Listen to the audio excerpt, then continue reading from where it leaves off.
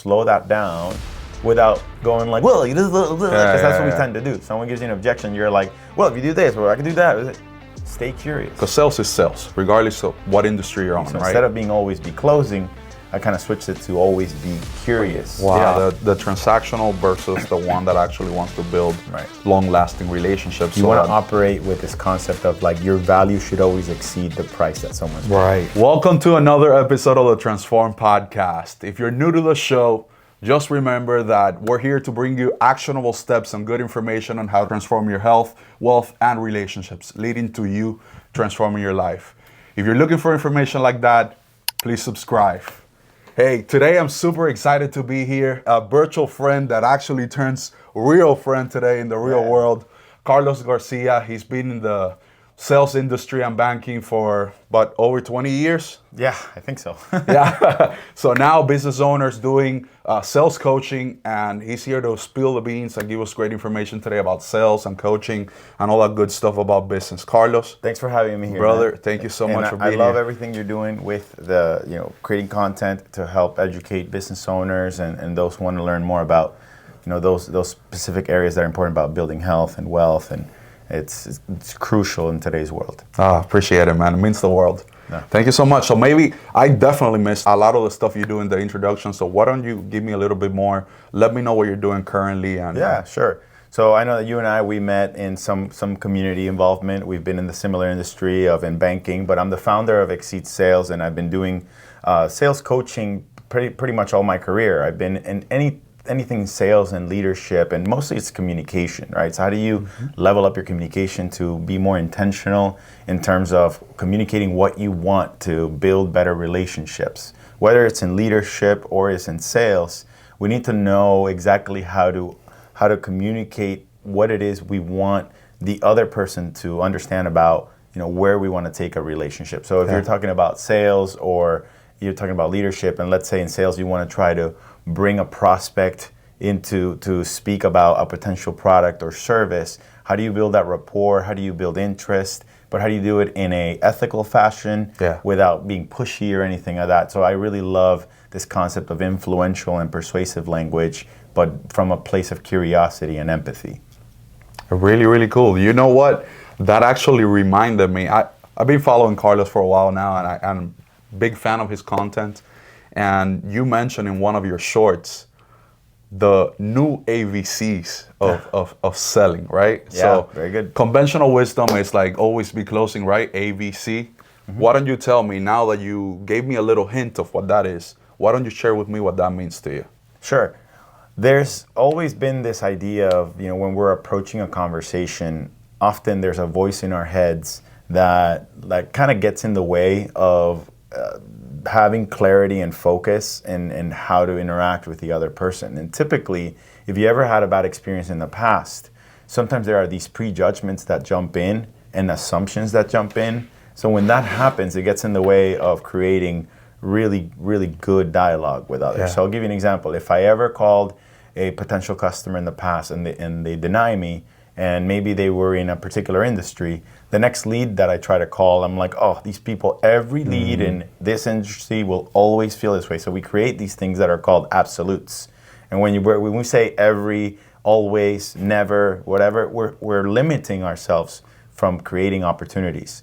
So the argument is that if we instead approach everything with curiosity, then the possibilities are endless, right? So you just clean slate, stop thinking about past bad experiences to judge what your future or present opportunities are going to be in front of you. So instead of being always be closing, I kind of switched it to always be curious. Wow.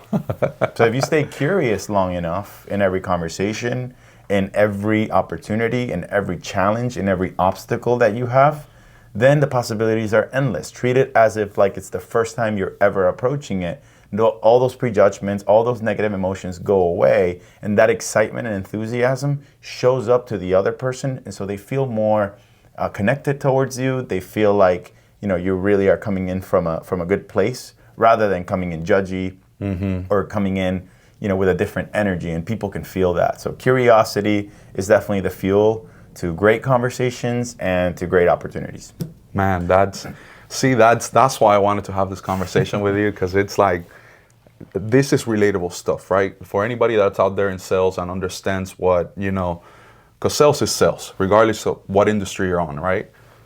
Understanding the fact that if you come in across in a conversation as like the pushy guy, like the guy that's using manipulation in a way, right? Rather than having curiosity, customers feel that exactly how you said. Always be curious. Mm-hmm. It's a very, very interesting concept. So I'm curious, right, about what brought you to Exceed Sales. So tell me when that transition happened from being a career banker to opening your own business and doing coaching. Tell me what triggered that.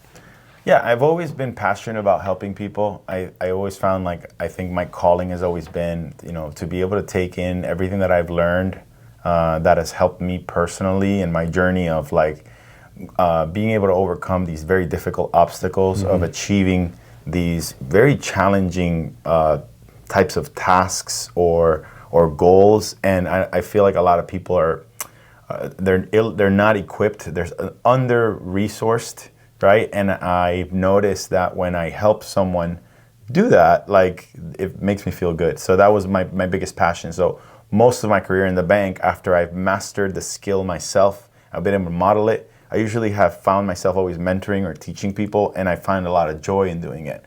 So then later in my career, I took on roles like coaching roles and consulting roles where I got to help transfer a lot of my knowledge to people and notice the massive impact that it had on their careers, on their lives. So I was like, my passion is to help people develop these skills. So at one point, banking only took me so far in terms of, their career path and the goals that I had. And I said, you know what, I'm going to take a chance on myself and start a training company, a sales coach and sales consulting firm. And so I did. I partnered with my brother, who's in the accounting space, also a former banker. Wow. And so we do a lot of work with coaching accounting professionals because of that niche. And then I also focus on coaching banking professionals to help them level up their relationship building skills. Now, some small businesses do also kind of hire me because they know that sales is universal. Yes, right? it is. But the biggest thing about the word sales, I think that we have to change in terms of a perception is the perception of sales is that it's always going to be about being pushy and kind of tricky and slimy. And so my other mission is to reframe the way people look at the word sales. Selling, to me, is serving. Selling is helping. You're helping someone make the best decision that's going to benefit them in some way, shape, or form, whether it's financial, peace of mind, or time. Typically is the three things that I learned at the bank: save money, save time, right? Or create efficiency. Or make money, right? Yeah. I'm here to either help you make money, save money, or provide convenience of some sort. Yeah, so that's my long-winded answer to that question. No, that's actually, again, another relatable point, because you say that sales, pretty much what we had just said before, that sales, it should be about service. It should be about understanding the need. Because what happens most of the time is not that people don't understand what they need to do. It's just that they feel fear and they don't want to make the jump. That's absolutely right. So as a salesperson, usually what you're trying to understand is what that need that client has and help them make that decision that will create benefit for themselves. That's right. I have one of my mentors who have written over 11 books. His name is Phil Jones. He wrote a book called Exactly What to Say, which is these sequences of words you can say in conversations to help someone get to a decision. But one of the biggest things that he shares in this concept is that the enemy of just anything, of all things in the world of sales, is indecision, right? If you can get people get to a decision faster, you do that by staying curious, asking good, strategically curious questions, by being empathetic so you can relate to their situation, see the world from their eyes.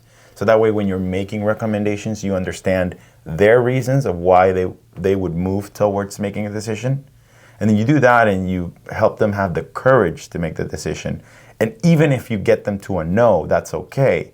Because the faster you can get someone to saying no, the faster you can move on to serving someone else. Right. The problem that we tend to have in the world of sales is we get stuck on all these maybes.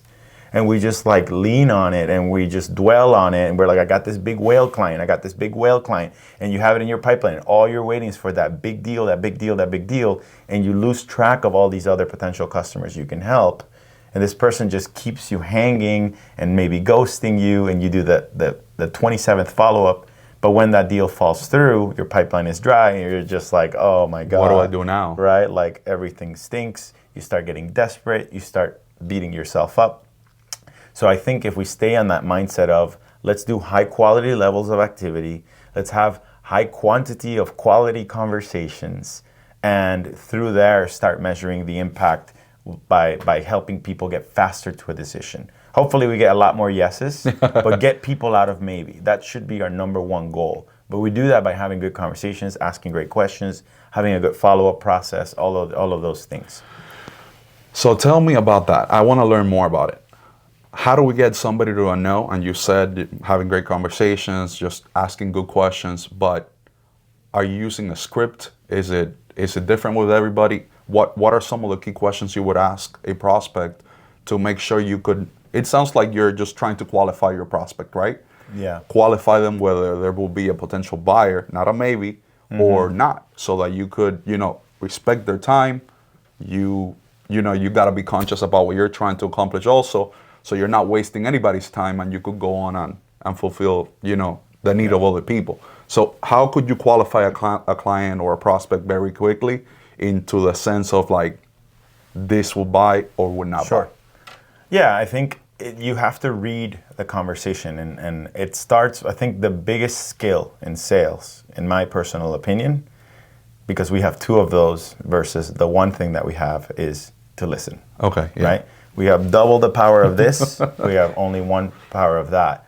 So if you can get really good at asking deep needs assessment questions that helps the individual give you context of why you're talking to them, and you can really understand those reasons really, really, really well, then you can try to understand what could get in the way of them making a decision, right?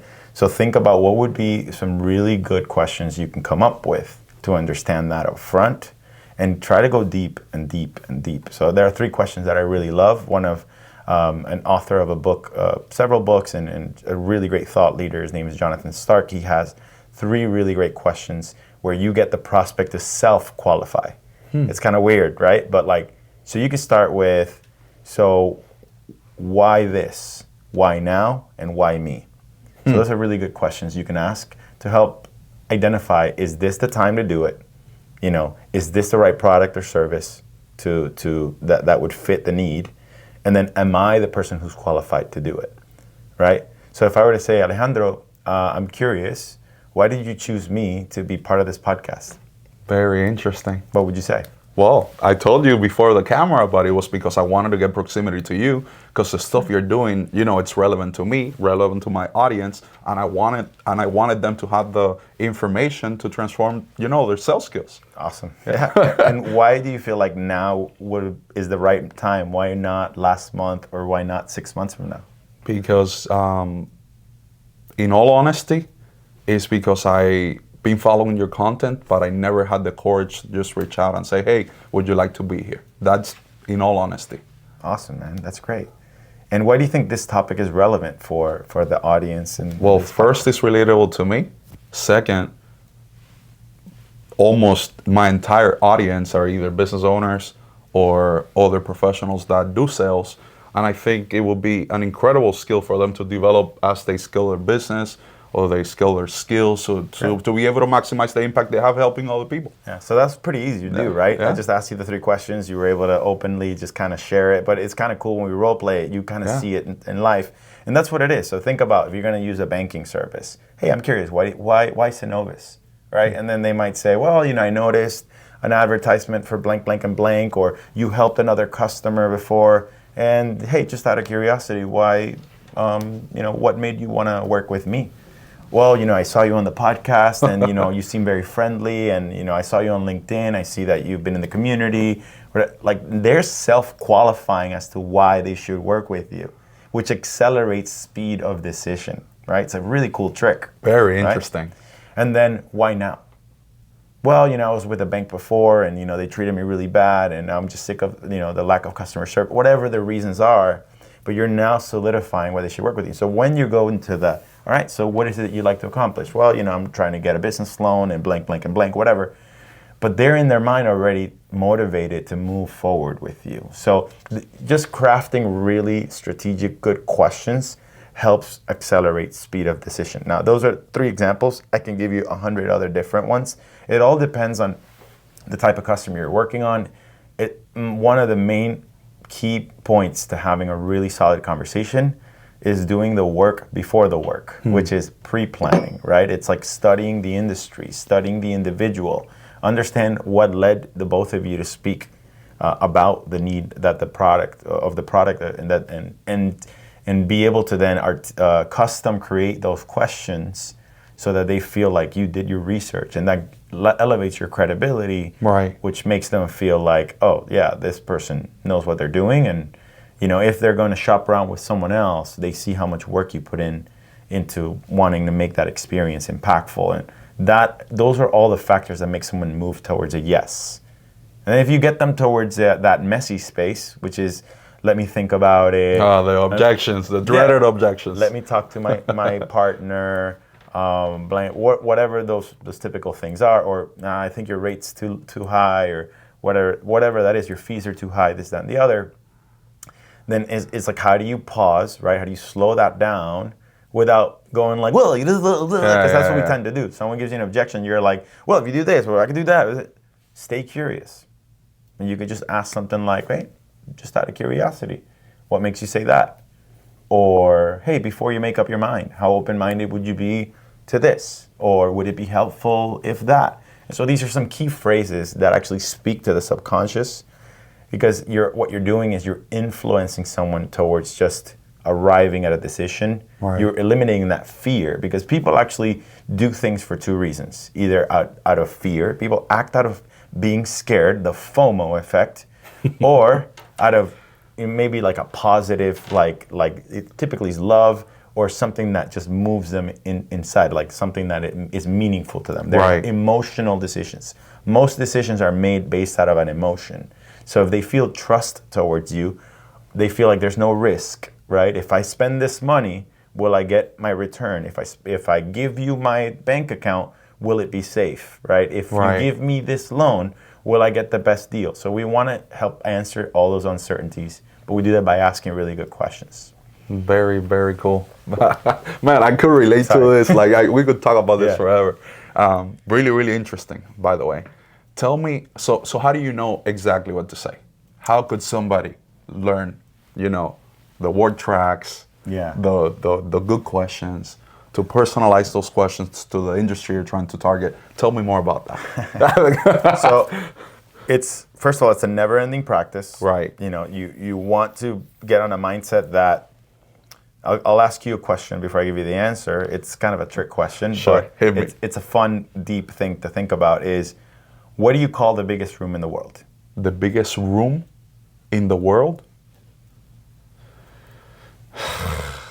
Man, my head? I don't know. Okay, very close. It's the room for improvement. Okay, there you go. So if we can accept that we can always get better, no matter how good we are already, you've already won half the battle, right? So we want to get in the mindset to know that you don't just arrive by knowing the words and like the thing to say. It's you got to be constantly sharpening your tools and practicing it. One system that I leverage is, I mentioned it before, it's called Exactly What to Say. It's actually a book. It's written by Phil M. Jones. And I'm actually a certified partner and guide, which means I can teach the system. Wow. Right? And so I went through a thorough level of training and it's got all of these magic phrases that speak to the subconscious. Okay. And so if used properly, these are done ethically, there's zero manipulation, these are everyday language. I actually use some examples, so I can break one of those phrases down if that would be helpful for you. Let's do it, yeah. It's all about value to the audience, so yeah, let's break it down. So most people, I just said one, most people, when you say most people, there's actually a subconscious meaning with that. When you say a statement like most people, you're already creating a label Yeah. And what that does to the subconscious is making you say, well, I want to be part of the minority. I want to be most people, or Yeah. I'm most people. So if I say most people, you're already helping create someone some connection or relation towards to what's going to happen next. Because people feel safety in numbers. Right. So if I say most people, when dealing with sales, don't do the outreach activities because they fear rejection. Would that be true? Do you agree with that initially? Yeah, that absolutely. like people who don't want to do cold calling Yeah. or networking or public speaking, they don't do those things because it requires you to be in public. And statistically speaking, one of the biggest fears that humans have is public speaking or being in public events. Yeah. And so it's like, that's a real thing. So what if you had things you can say to minimize that rejection? So let's say that I want to offer you an idea or present to you something with minimizing the probabilities of you rejecting that. So I could say something like, let's say that I have a webinar next week, and it's going to talk about how to help banking professionals build better relationships with business owners so that they can acquire more relationships. And I would say something to the effect of, hey, Alejandro, I'm not sure if this is for you, but next week I'm doing a webinar that's about helping banking professionals build better relationships with business owners and grow their revenue and book a business. Would you be open-minded to attending that so you can learn more about how you can share that with your team? I'm not sure if this is for you. Right. So that's one of the phrases, I'm not sure if this is for you. So what I've done, if you break down the phrase, it's I'm not sure if this is for you. First of all, is I'm relieving any pressure. Right. So I'm not pushing anything. I'm just saying, I'm not sure if this is for you. The other thing I'm saying is, I'm not sure if this. The word this is a very vague thing. So what I've done is I've created a curiosity gap. In your subconscious, you're like, what is this? I need to know what this is. And then what negates everything, the other subconscious thing is I'm setting a challenge. I'm not sure if this is for you. Your little voice in your head kind of says, well, who are you to tell me what is and what isn't for me? I'll be the judge of that. All of that is happening in just one phrase. Right? And it's not meant to be manipulative. It's about catching attention, right. Creating curiosity, right? You want to always do this with integrity. And then what negates all of that is the word but. It's just like when, you've probably been in the bank, you've had a leader that's go, Alejandro, you always on time, you do this, you do that, you're great, but yeah. What does your little voice in your head listen to? The first thing or the second thing? The second thing. Absolutely. So when you say, I'm not sure this is for you, but the rest of your brain goes, what's he going to say next? So it makes you pay attention to it. And then the second phrase that I actually leveraged is I stacked two phrases, which was open-minded. So if you were to walk into a room with 1,000 people and you ask them to raise their hand if they consider themselves or see themselves as someone who's open-minded, you'll probably see about 90% of people, because there's always someone who's like, nah, right? And so like when you say, would you be open-minded, you're actually also activating that subconscious brain saying, well, yeah, I am open-minded. So you're saying, I'm not sure if this is for you, but would you be open-minded? It's such a smooth way to present an idea just about anyone, just about any time, with the lowest possibilities of someone saying no. And so like that's the problem with sometimes the way we're trying to introduce concepts to people, is that the way that we're packaging it is not proper, right? Like our intentionality and the way that we present it, and our words have power. Yeah. Like the words mean a lot. If you say it messy, it's gonna come out messy. They're gonna receive it messy and they're gonna respond messy. But if you say it really clear and powerful and intentional, then they're going to feel more compelled to make a decision. So that's a little example around how the magic words. And there's 32 sequences of magic words you can use, and they're all intentional around different situations, right? And this could be in leadership. This could be with your wife, with your kids. It could be, this is about influencing people to make decisions, and you're moving them towards feeling good about the decision they're making. And again, at the end of the day, 100% all about doing it ethically and doing it with integrity. Yeah, for sure. It's about building relationships, right? That's it. Tell me, you mentioned in your content the two types of people. Yeah, right. That's another magic word. We spoke briefly about this. I want to let you talk about it. So why don't you tell me about the two different types of people that encounter conversations, right? And how do they approach it, and what's the best approach? Yeah, so let me actually break down why, when you say there are two types of people, why that catches attention. Oh, yeah. Okay. So the magic behind saying two types of people is that, again, your subconscious brain is saying, well, which one of those am I going to be, right? And then typically when you're framing the two types of people statement, you want to try to categorize certain levels of spectrum, right? Mm-hmm. You're for this. If you're for this, that means you're against that. Or if you're against this, that means you're for this.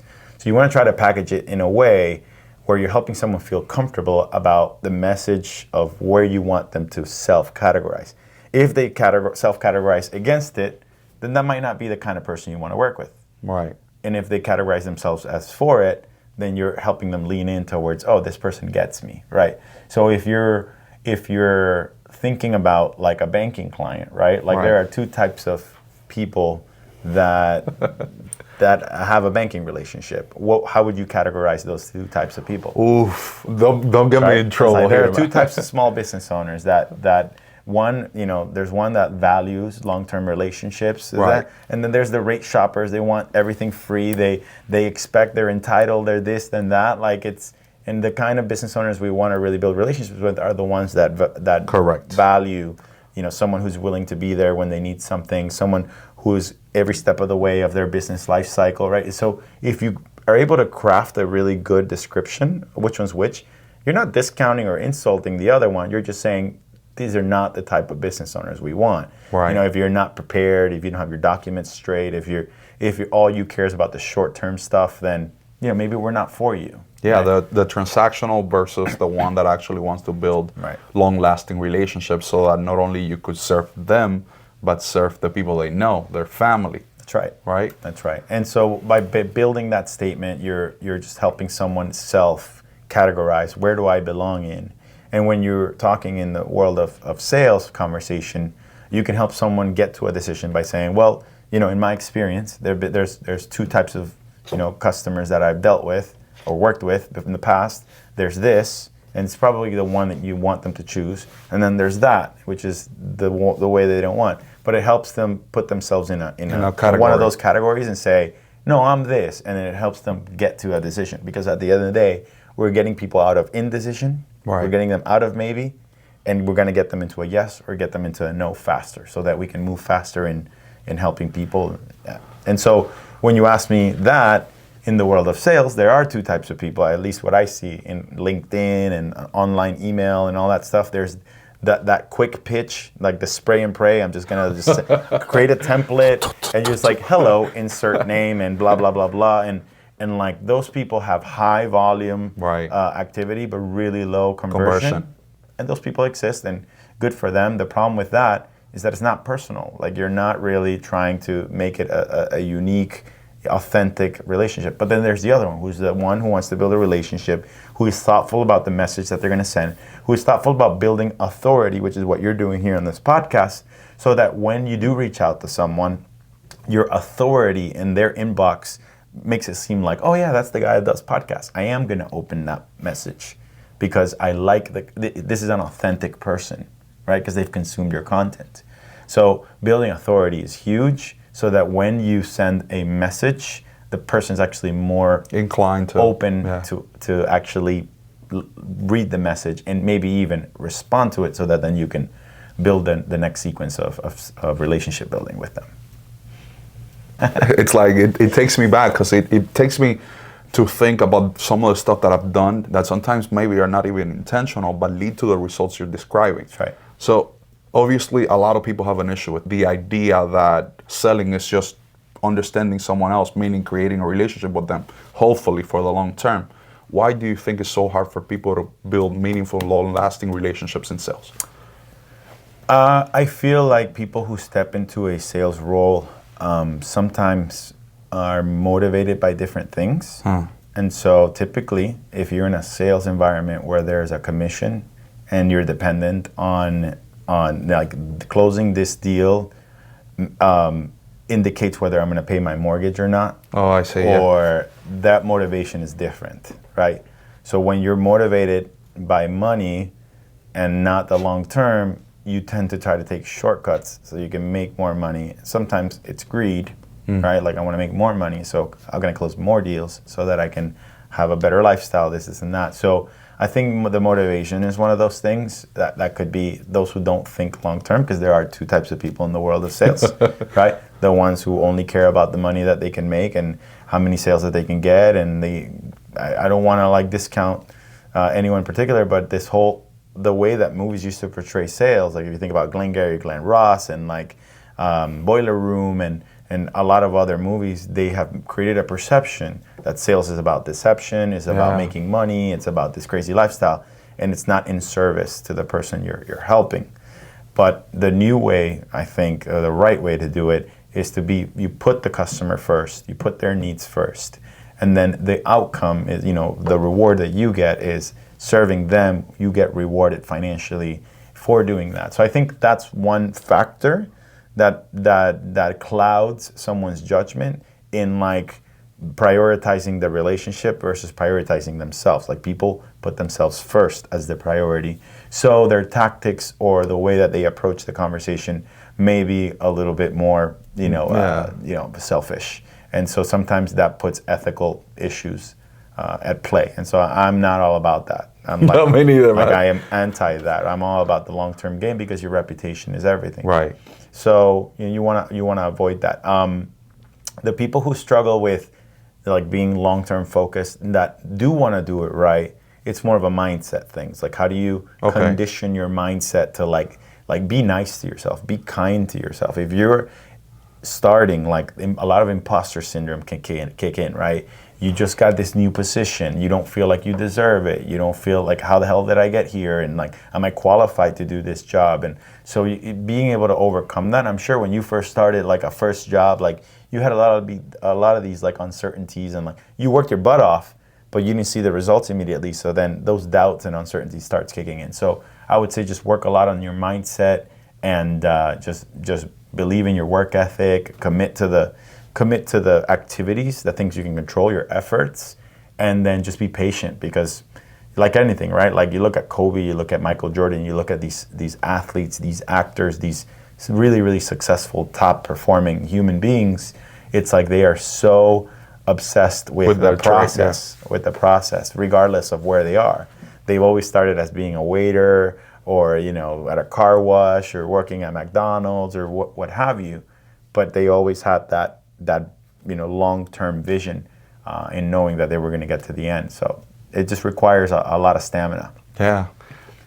The reason why I know that that's a fact is because as a hiring manager now, I had the privilege to hire folks that maybe don't have the degree of experience that you and I have.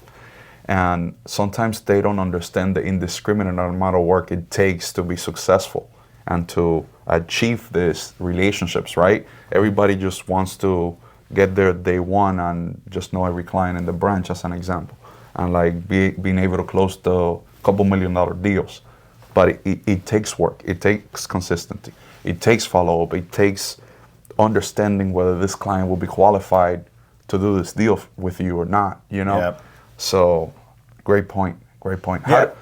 Tell me. No, I was just gonna say, like, your reputation, like there's this really great phrase that my brother shared, a mentor of his shared with him. It's like, in terms of experience, like 10 years takes 10 years. Yeah, exactly. Right? And it's like, people want a lot of things now, but you gotta build your credibility, right? Like, you only build trust with people, like it's built over a series of interactions and over time. It just takes a little bit of time to build any terms of like reputation, so that people can then see that you're legitimate, you're a part of the community, that you're adding value, that you're following up enough to know that, for them to feel comfortable enough to trust you, to do business with you. And so patience is key, especially if you're early in a career of sales or becoming a relationship partner or a business owner, entrepreneur. And as a leader, and a mentor to someone who's working for you, it's just also have to be patient with them, because a year of experience takes a year of experience. Like, for them to understand what goes into all these things, like, we have to be patient whenever someone works for us, or we're trying to help someone, like, close that learning curve. Yeah. It takes what it takes. Some people learn faster than others, and it's just some don't. And so you just got to make a decision, is this someone that's a fit to last long in this long type of game. Another qualification, right? Another moment that you need to understand whether this person will be here for the long term or not. That's right. Tell me about, talking about the long term, right? And talking about the recurring theme today has been relationships. Sure. Why don't you tell me about your approach to building relationships? Yeah, I mean, I have this being that I've been in this world of sales for so long. I value, like, I am unfazed by rejection. Okay. Because I have dealt with it so much. Like, if someone says no, not now, maybe later, like, I show like very stoic, like, unmoved. I'm very, like, I'm in service. So if someone has come to me because they have a need and they're not sure what they want to do, I'm here to guide them. I'm going to inform them, educate them, empower them to make a decision. And I want them to do what's best for them. And I'll try to nudge them to say, if you don't make this decision now, what could be the risk? What could be the impact? If you did, what could be the opportunities? Implication questions, right? So that they can self-discover whether it's right for them or not. So like most people, all they really want is someone to help them arrive at a decision. Right. So my approach really is just guide someone through decision making. If they've already gotten to me, chances are it's because they already know that I have a track record of doing it. So they already trust that I can do it for them. And typically, most people that want to buy a product or service, they want 3 questions answered. Has this person done this before? Mm-hmm. Has it done it for someone like me? And have they done it recently? So we can answer those 3 questions. They should be very comfortable and confident in making a decision to move forward with you. So have you done this before?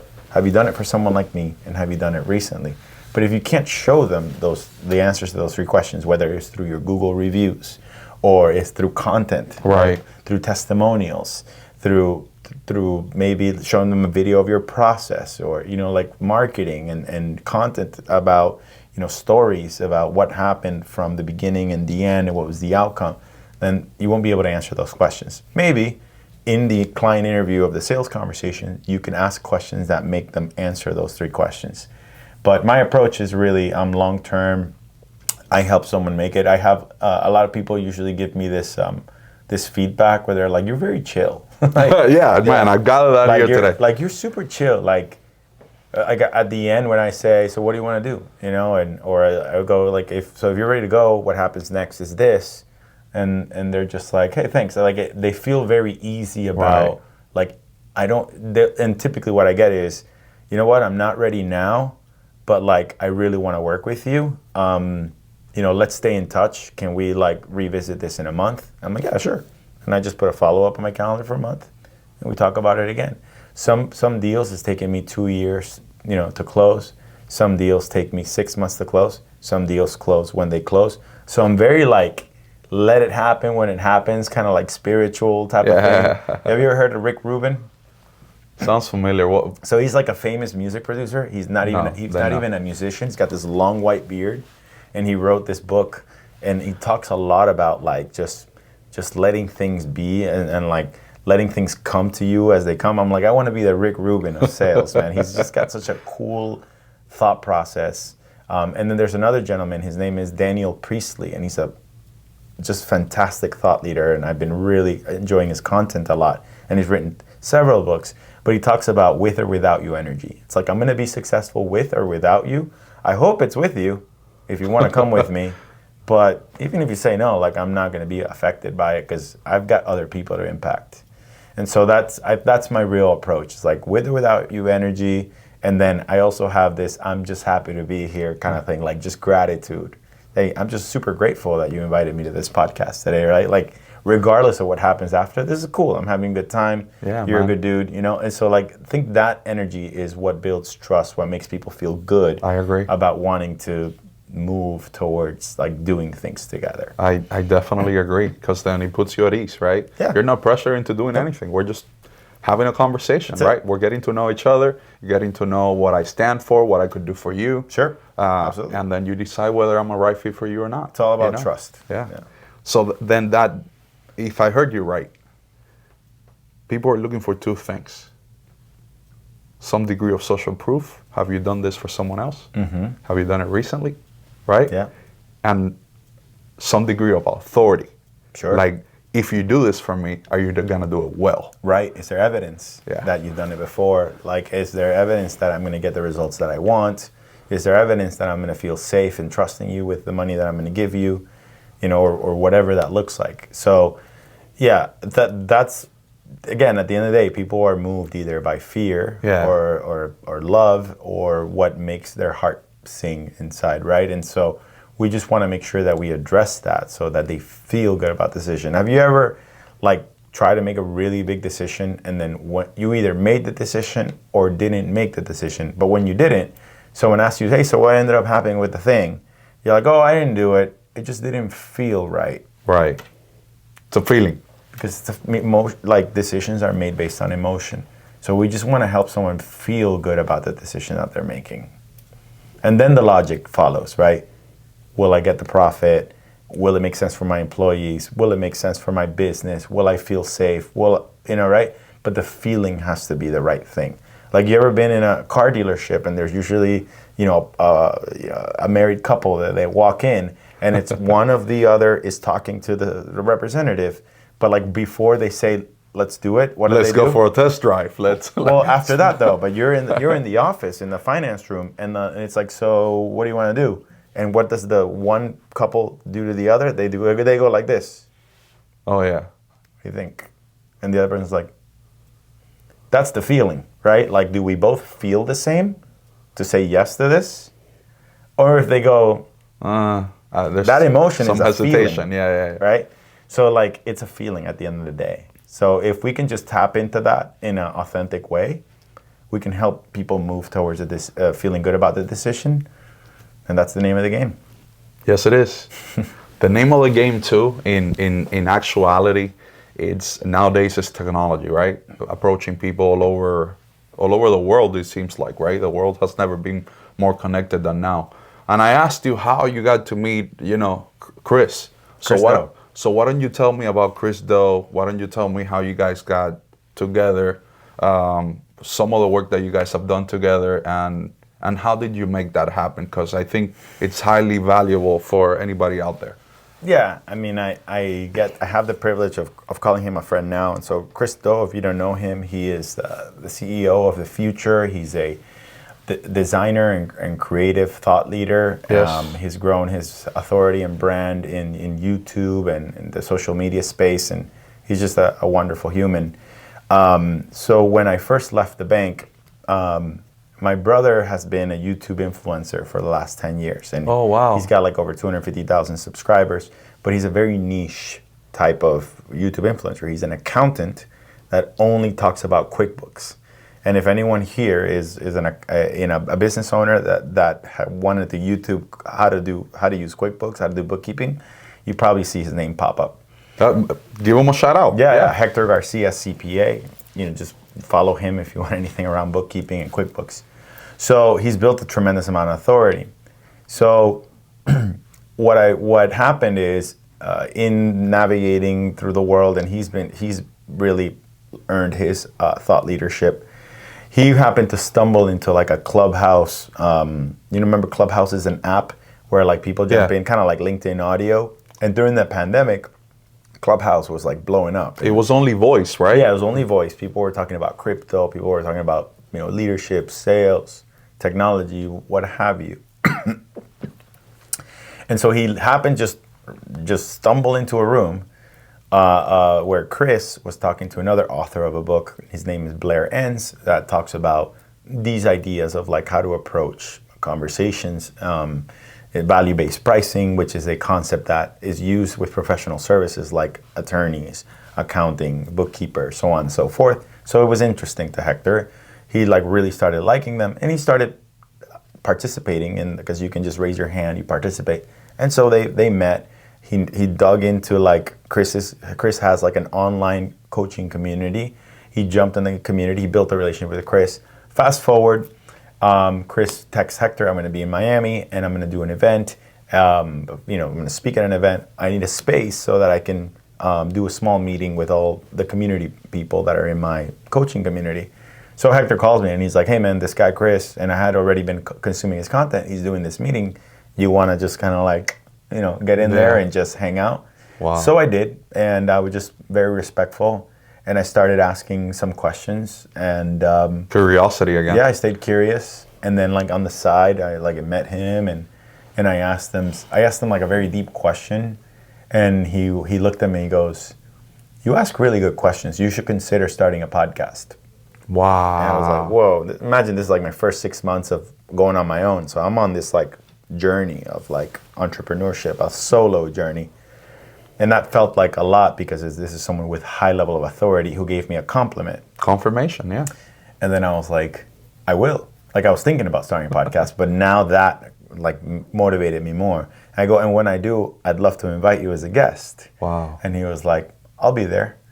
And so I spent time working on the podcast. Like I got the graphics. I got like 10 guests, some people from there that had access to Chris.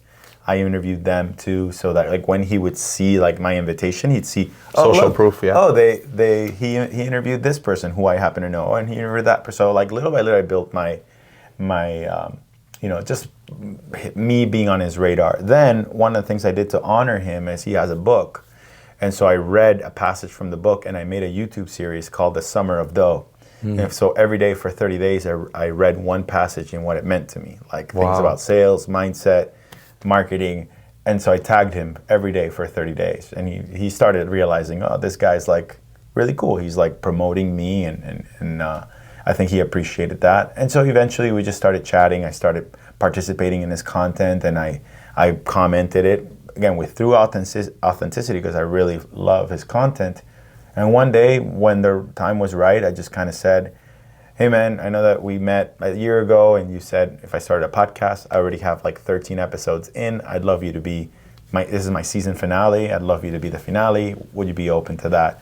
And he was like, absolutely. We did the podcast, and like we sort of just kept building the relationship that way. I went to LA 2 months ago, and then we hung out. So, but it's just a series of small baby steps of building trust, and it was an authentic relationship that we built. There was no like, I didn't have this like evil goal or like I want to make all this money and all that stuff type of thing. It was just more of like, this is someone who I genuinely think is a good person, and I would love them in my circle of influence in terms of like they influence my growth mindset and things that would help me be better at business and just how to approach life. And that just happened like that. Yep. And so I would just say to anyone who's looking just to build relationships, like just be authentic about it, Be authentic, and again, recurring today, understand that it takes time, baby steps. Be patient, add value. And give before you ask. Yeah. I try to give him as much credibility. I try to honor all of the good things that we're doing. So I tagged him. I did all this work saying, this is why I love this person's content. So I think he felt, it puts the person to feel like, wow, this person is honoring me. How am I going to reject them? Like, they're being so kind to me. They're being so generous with me. Let me reciprocate, right? So it's also kind of a natural way for you to build an authentic way to at least ask for whatever it is you would want to do with that person. You're making my job easier today, man. Very easy. Talking about the value, right? This is something else that recurs almost in every episode that we film. There's a significant difference between, or we want to have a significant difference between the price that we charge for our product or services versus the value we provide. How or what piece of advice could you give to anyone out there looking at this to create value so that price is not that significant when you have a conversation? Again, all of it happens in the conversation. So the quality of the questions that you ask help the others feel the value that you can potentially create. So if you ask really good questions about their pain, the bigger you can make the pain and the better you can let your prospect understand how well, how fast and how qualified you are at solving someone's pain, the faster they'll be at trusting you with the solution, right? So I think it's knowing your customer's problem really, really, really well. I think focus is important too. So like being a very specialist at like solving that problem is really important because it helps them see that you are more unique, right? You're not an everything for anyone. Highly specialized. You are a highly specialized person that has years and track record of solving this problem really fast and understanding the problem really well. So all of those things create value, but you do that by asking thorough questions, right? So if I were to go to a business owner and I were to say something to the effect of, what business projects do you have in the next 6 to 12 months? And they say something to the effect of, we're looking to hire 5 new employees because one of our biggest clients is actually expanding, and we need to, let's say in construction, right? We need to help them build out all of these spaces and blah, blah, blah, blah, blah. We're like, oh, that's great. So just out of curiosity, how do you plan to finance that? And they say, well, we're thinking about, working capital and, we have a line of credit with another bank right now and this and that. And it's like, okay, great. And you keep on asking questions. Yeah, keep asking questions. And when they start realizing that they may not be fully certain of the answers, then they start seeing you as a person of authority and say, well, what can you do, right? Like, so what do you offer? And so now they start giving you buying signals because they've seen that you've created value, right? The gaps in the answers of the questions is what makes them feel like, or if you ask, have you ever asked a question where a client goes, I never thought about it that way? Oh yeah, exit planning. Right? Yeah. And they say, oh, I've never thought about that. What you've done there is that gap of what they haven't thought about, you were the first source of information for that, but it created value. It helped them feel grateful, or like, in a sense, they're just like, oh my gosh, like this person made me look at my business different. You helped them shift the perspective to value something more, but that was just all done in conversation. So when you present your offer, like price no longer becomes much of an issue because they trust you so much with the level of value that you've provided. And so the mindset here is that you want to operate with this concept of like your value should always exceed the price that someone's paying. Right? Absolutely. And you could say it to the terms of, I know this is a huge investment for you. Now, I know this is a major decision for you, but my commitment to you is that the return that you get out of this relationship will always exceed the investment that you make. And right? that becomes the frame of and that's going to be transaction. Through the level of service we're going to provide you, through helping you achieve your goals, through solving the problem right away, through having the peace of mind, being able to sleep at night, and like you lay out the benefits of what it would look like. And essentially, price no longer becomes an issue because you demonstrated enough value. Man, I love all the pieces of advice that you've given here today. It's so relatable. Why don't you tell me about, as we plan to conclude here today, why don't you tell me about maybe the biggest misconception you've encountered in the field of sales? Well, I think anything that's get rich quick scheme is like, like you could go into sales and make $1 million in a year or whatever, right? I just feel like anything that's trying to show immediate results, I think that's like the biggest sort of advertising or marketing gimmick that makes people create expectations that should be what it is. So when a buyer who's uninformed or ill-informed, meaning like they go to Instagram or they go to social media or they see something and then there's this like really attractive offer, it's like there's always more to that. Like there's always conditions, there's always like a bait and switch. Yeah. So I would just say to buyers, it's like just do deeper research, right? And like be informed in the decision you make. From a seller's point of view, I think the biggest misconception is like, get rich quick. Like they think that they put in very little work and you can get a lot of return. I think it's all about patience and being there for the long term. So that would probably be the first one. The other one is, like, everyone has a problem with having a money conversation with people. Like, if you are selling a service and someone says, what's your price? People get really nervous in the world of sales of how to communicate a price. If you're a business owner and you provide a professional service, and your price can vary based on the need, right? Like, when you communicate it, people get nervous about talking about price. Or when someone says your price is too high, your rate is too high. Everyone typically, like, the first thing is like, you get nervous. So I think most people need to get into a place of comfort of knowing how to navigate the pricing conversation. And you do that by staying curious. Rather than don't get nervous, get curious. Like, why is price important to them, right? And if you dig a little bit deeper and understand the context of their reasons, then you can really navigate the conversation better. The other thing is, like, if you're on the buying side and you're looking to buy something, you're always looking to try to get the best deal. Oh, yeah. But if someone's not willing to explain to you why something is worth what it's worth, and they're not communicating your value, then you're not going to have a reason to say yes to that, right?